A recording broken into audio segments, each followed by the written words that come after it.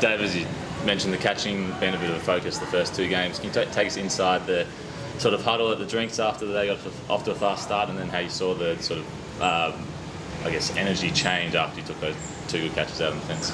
Yeah, I think in Chennai, just before the Indian game, we actually fielded for an hour and a half before the Indian match, and it obviously didn't go to plan in the second game, dropping 7 catches. But we put a lot of effort into our training to make sure that we're holding those catches and under lights as well. But it clearly wasn't, so we might do some fielding during the day.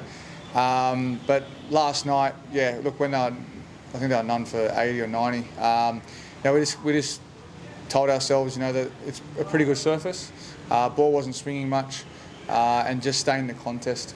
Given that the boundaries were quite large as well, where in Sri Lanka the boundaries aren't too big, so we know that they're going to use the pace.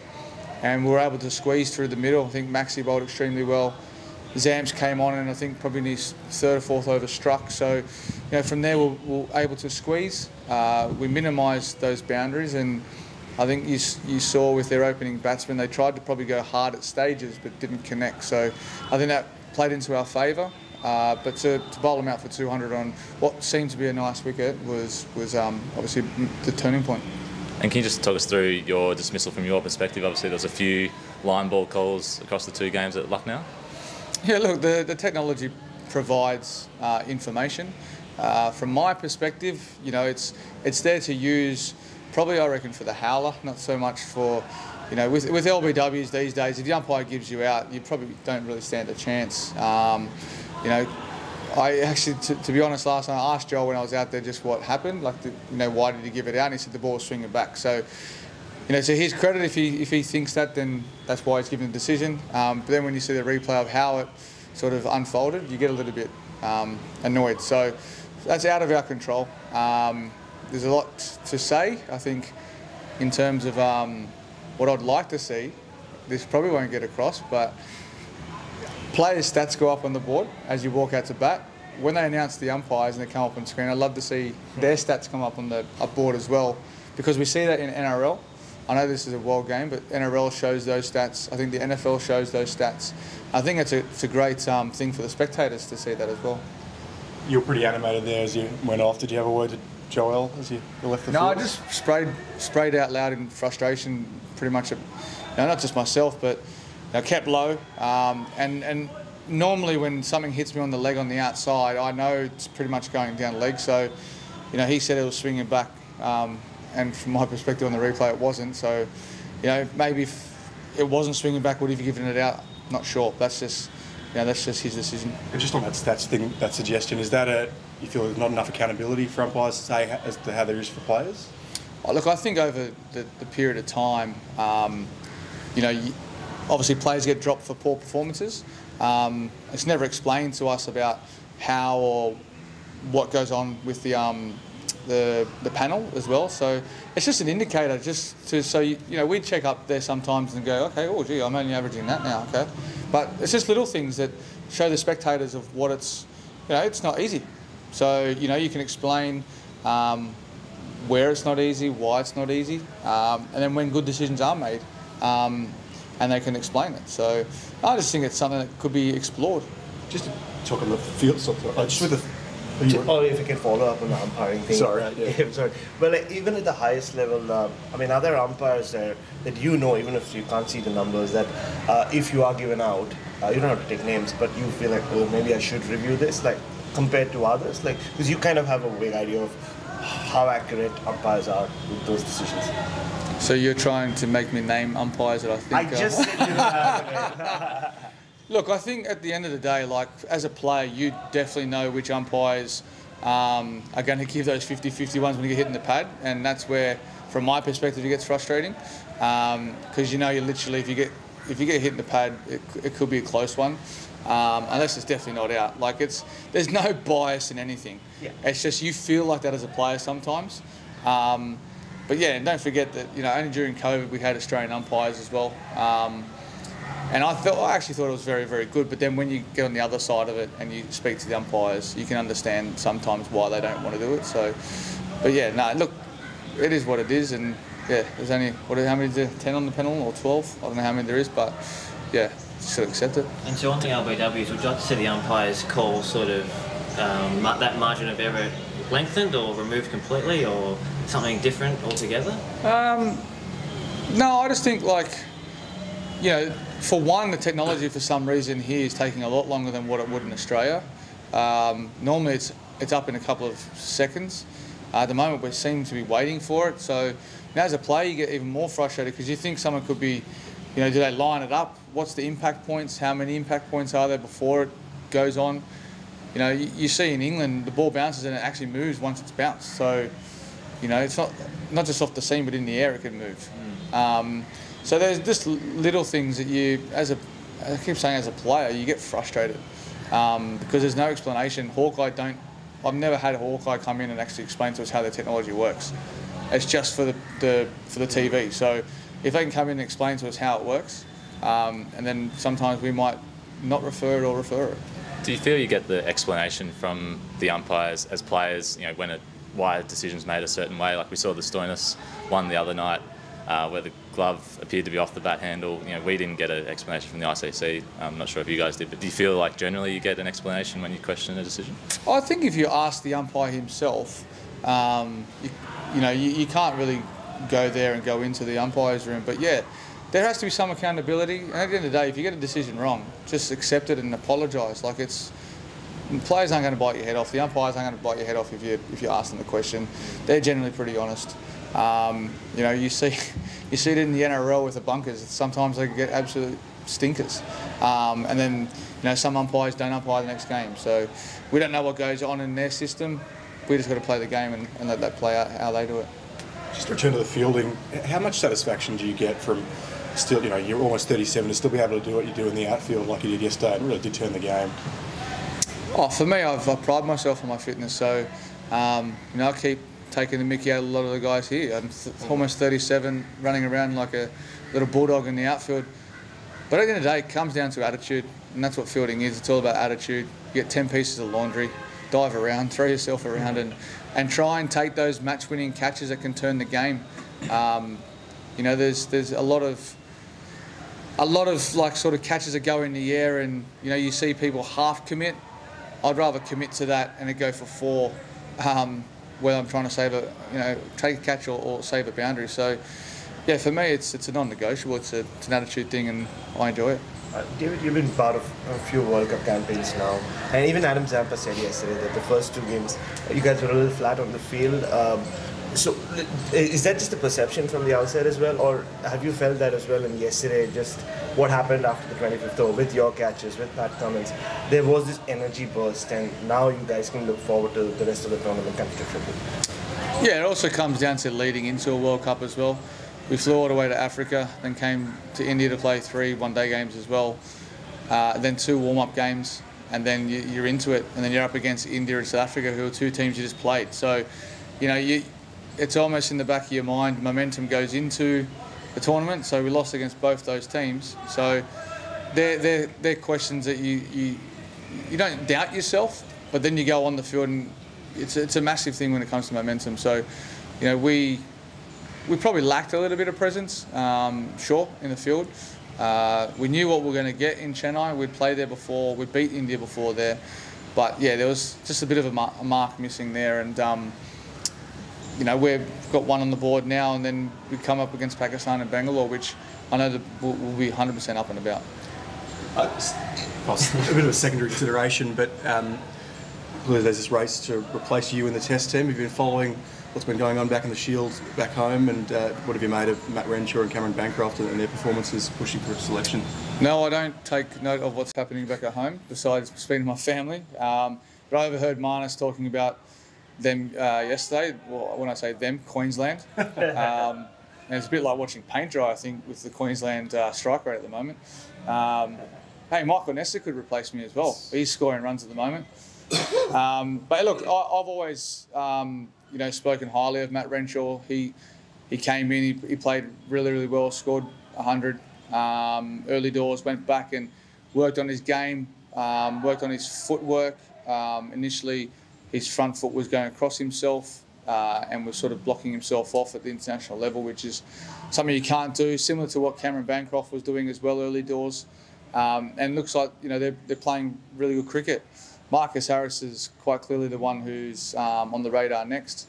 I think he just played his first game back the other day. So, look, it's going to be interesting to see who they do go with. But you've got 2 or 3 guys there. You've got Streety as well, who can take the paint off the leather for the number 3 and 4.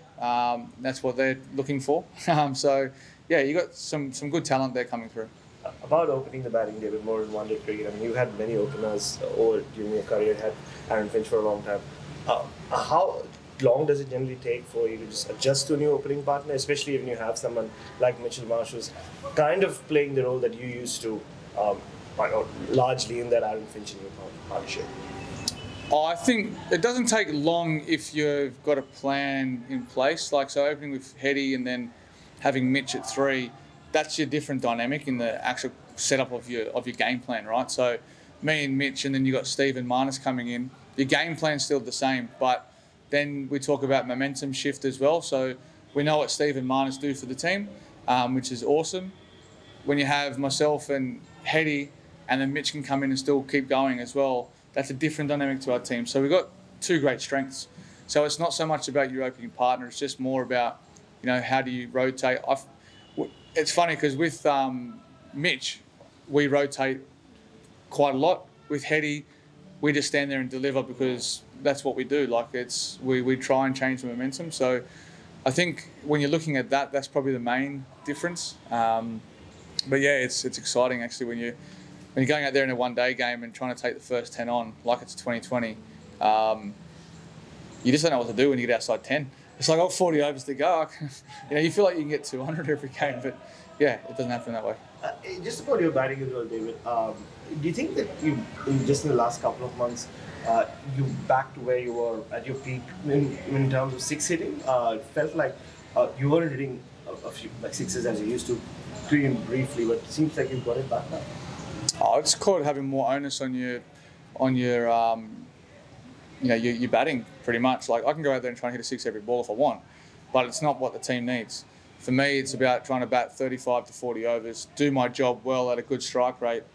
I think, strike rate of over 95 in my ODI career is pretty good. The game has changed since I started. You can't just come out and keep trying to hit every ball for 6. With the lineup and what we're trying to achieve in the first 10, you're probably going to be able to achieve that. But yeah, it's a high risk, so I can hit 4s if I need to. And also the boundaries are quite big in Australia, and when you get older you get a little bit weaker, but it can happen. And you mentioned Mitch just before. Real statement of intent last night with that first ball whacking it straight down the ground. Was that discussed beforehand, or was that just Mitch and how he wanted to set up the chase? No, our plan was as soon as he came on, we knew exactly what he was going to deliver. Doesn't swing the ball. He can seam it on a wicket that is conducive, but there was never any seam in that wicket last night. So from us, it was attacking from ball 1, anything short of a length. We grew up on fast pitches facing fast bowlers, so it was bread and butter for both of us. So we just knew if we got anything on it, it was going to fly. And yeah, we just tried to target him as much as we could. Having put a finish line on your career internationally, are you in a different headspace at all? Has it changed the way you're thinking about the game? No, now we can play the Olympics, so I might have to keep going. No, it doesn't change your mind at all. Like for me, I've always had the same plan. My mind's always clear when it comes to the series that I'm playing. It would be remiss of me not to sort of say that when you're leading to bilateral series, when you're leading into like a World Cup, your plans change. So it's like you're going out there trying to do something, like trying to create something that might work for you in that tournament. So you can't do that at practice. You've got to put it in practice in the game, and that's what we try to do as batsmen in those series. So you do have the flexibility when you've been around for a long time. I think as a newcomer coming in, it's quite challenging. You can speak to the coach about it. They'll help you and guide you as much as they can in that, but you've also got to still perform, and that's the hard thing. So if you try and little things in the games, whether it's you want to play reverse sweeps at different times and that, you got to put it out there before you do that, because your guys' job's to write stories, but we've got to educate people on why people are doing certain things. So from my perspective, I've always tried my stuff in games just purely because then I know if it's coming off or not. At training, you can practice it, but training, I'm not going to risk getting a broken thumb or getting hit and then possibly being out. So there are little things that come into your mind.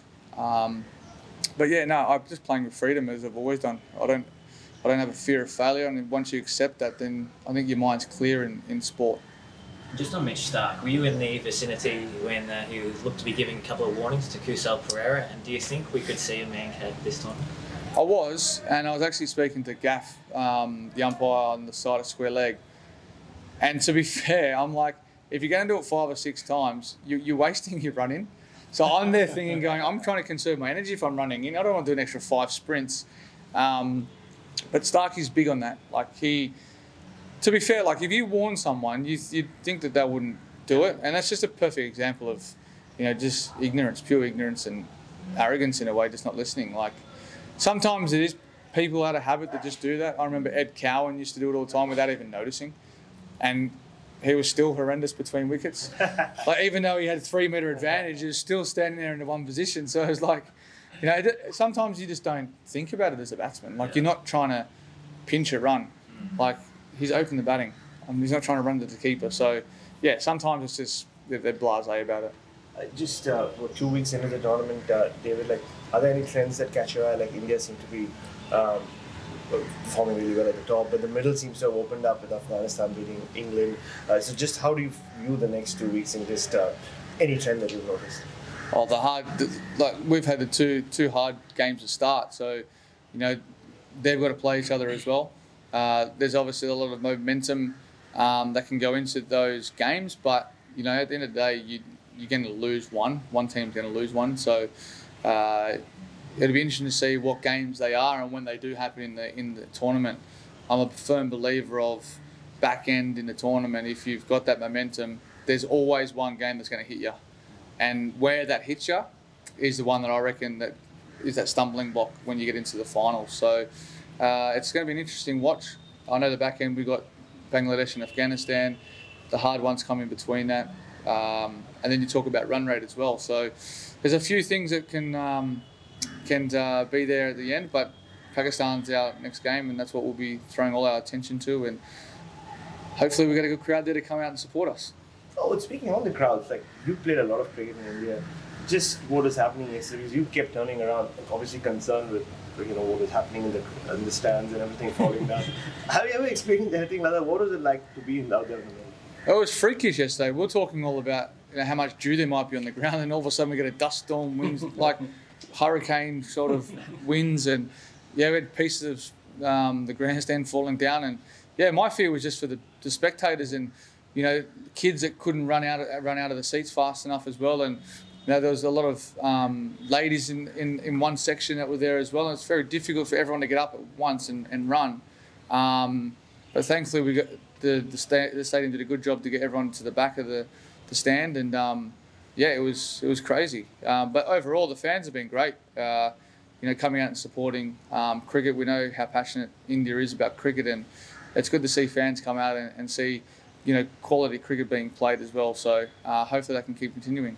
Chanting for you as well. Indian chants. Always chanting for me.